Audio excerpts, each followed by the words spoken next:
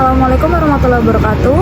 Halo semuanya, perkenalkan sebelumnya saya Salsa Dian Broswari, bisa dipanggil Salsa, dari Fakultas FTIK Prodi Ilmu Komunikasi B Pagi dengan NIM G311220099. Di sini saya ingin mempresentasikan tentang pengertian dan syarat-syarat rukun nikah. Sebelum kita masuk lebih lanjut dan lebih dalam tentang materi yang akan kita bahas, alangkah baiknya kalau kita mengerti dulu bahasan pokok dari materi yang akan kita bahas, pernikahan. Jadi sebenarnya pernikahan itu apa sih? Jadi pernikahan itu adalah suatu ikatan lahir batin antara seorang laki-laki dan perempuan untuk mempunyai atau mendapatkan keturunan yang dilangsungkan berdasarkan sesuatu yang sudah disepakati antara pihak laki-laki dan pihak perempuan. Secara umumnya sendiri, pernikahan merupakan salah satu proses perjalanan dalam hidup setiap manusia yang momennya itu sangat ditunggu-tunggu oleh setiap manusia. Kemudian secara umum juga pernikahan sendiri merupakan norma yang turun-menurun yang ada di seluruh kebudayaan manusia yang ada di sepanjang sejarah. Khususnya untuk masyarakat Indonesia, pernikahan sendiri ini ialah proses pengikatan janji suci antara laki-laki dan juga perempuan. Nah, itu tadi pernikahan menurut pandangan kita semua secara umum, baik di Indonesia maupun di luar Indonesia. Kemudian kita masuk kepada pembahasan tentang bagaimana sih pandangan dan penjelasan Islam tentang pernikahan. Jadi ini dia pandangan pernikahan menurut Islam. Tidak jauh beda dengan pendapat secara umum bahwa pernikahan ataupun perkawinan itu terdapat dalam literatur fikih yang berbahasa Arab yang disebutkan dengan dua kata, yaitu nikah dan zawaj. Yang kedua kata ini terpakai dalam kehidupan sehari-hari orang Arab dan juga termasuk di dalam Al-Quran dan hadis Nabi. Dengan kata lain, pernikahan adalah suatu hubungan yang melegalkan hubungan antara wanita dan laki-laki. Karena kita tahu sendiri dalam Islam bahwa hubungan antara wanita dan laki-laki itu tidak diperbolehkan dan mempunyai batasnya tersendiri. Lewat pernikahan atau perkawinan ini akhirnya kita bisa melegalkan pernikahan, yaitu hubungan antara wanita dan laki-laki yang jika dilaksanakan dan dilakukan akan menjadi pahala di setiap mereka menjalankannya. Salah satunya firman Allah Subhanahu wa taala dalam Al-Qur'an, yaitu Quran surah An-Nur 24 ayat 32 yang berbunyi, A'udzubillahi minasyaitonirrajim.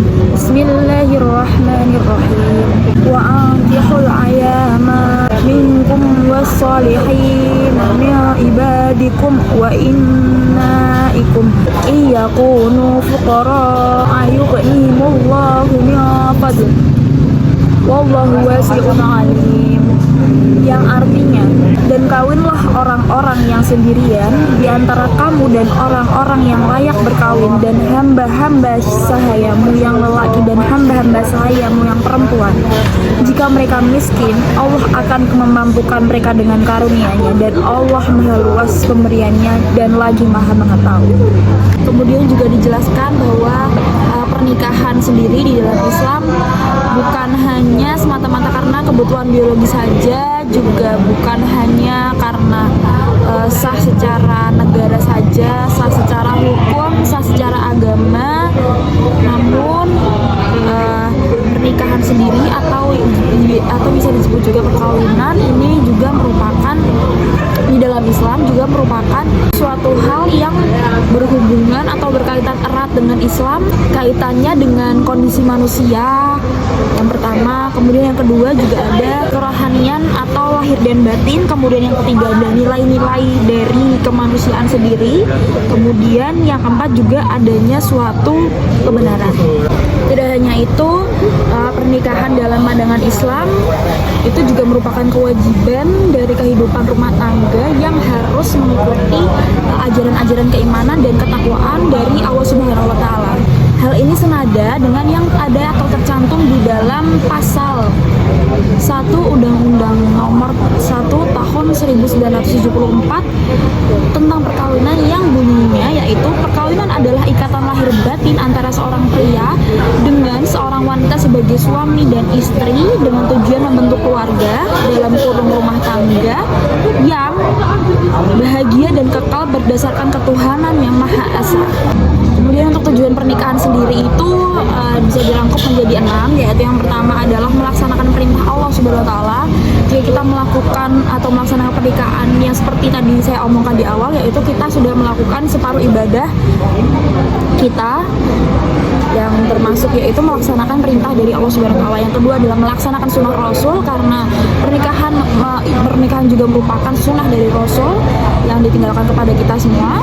Kemudian yang ketiga adalah mencegah dari perbuatan zina, karena tidak memungkiri bahwa semua manusia pasti mempunyai nafsu, dan mungkin memang tidak sedikit dari kita untuk sulitnya mengontrol nafsu terhadap pasangan lawan jenis kita. Jadi lebih baik kita melakukan pernikahan, karena pernikahan itu juga merupakan tujuan yang ketiga ini, yaitu mencegah dari perbuatan zina, karena golongan zina itu sangat banyak sekali. Kemudian tujuan yang keempat adalah menyempurnakan separuh agama. Yang kelima adalah mendapat keturunan, dan yang terakhir yang keenam adalah untuk membangun keluarga yang bahagia dan harmonis. Rukun-rukun nikahnya itu adalah adanya calon pengantin laki-laki dan juga calon pengantin perempuan, dan calon pengantin itu keduanya telah dewasa dan juga berakal.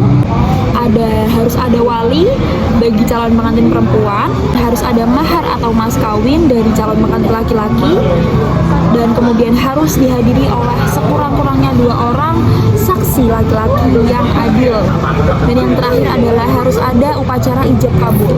Untuk kriteria seseorang sendiri yang bisa dinilai sudah cukup untuk dapat melaksanakan pernikahan, yaitu mampu secara ilmu, mampu bertanggung jawab, mampu secara mental. Jadi itu saja yang bisa saya bagikan kepada teman-teman semuanya. Sekian penjelasan dan pembahasan saya. Semoga video ini dapat bermanfaat bagi kalian semua. Wassalamualaikum warahmatullahi wabarakatuh.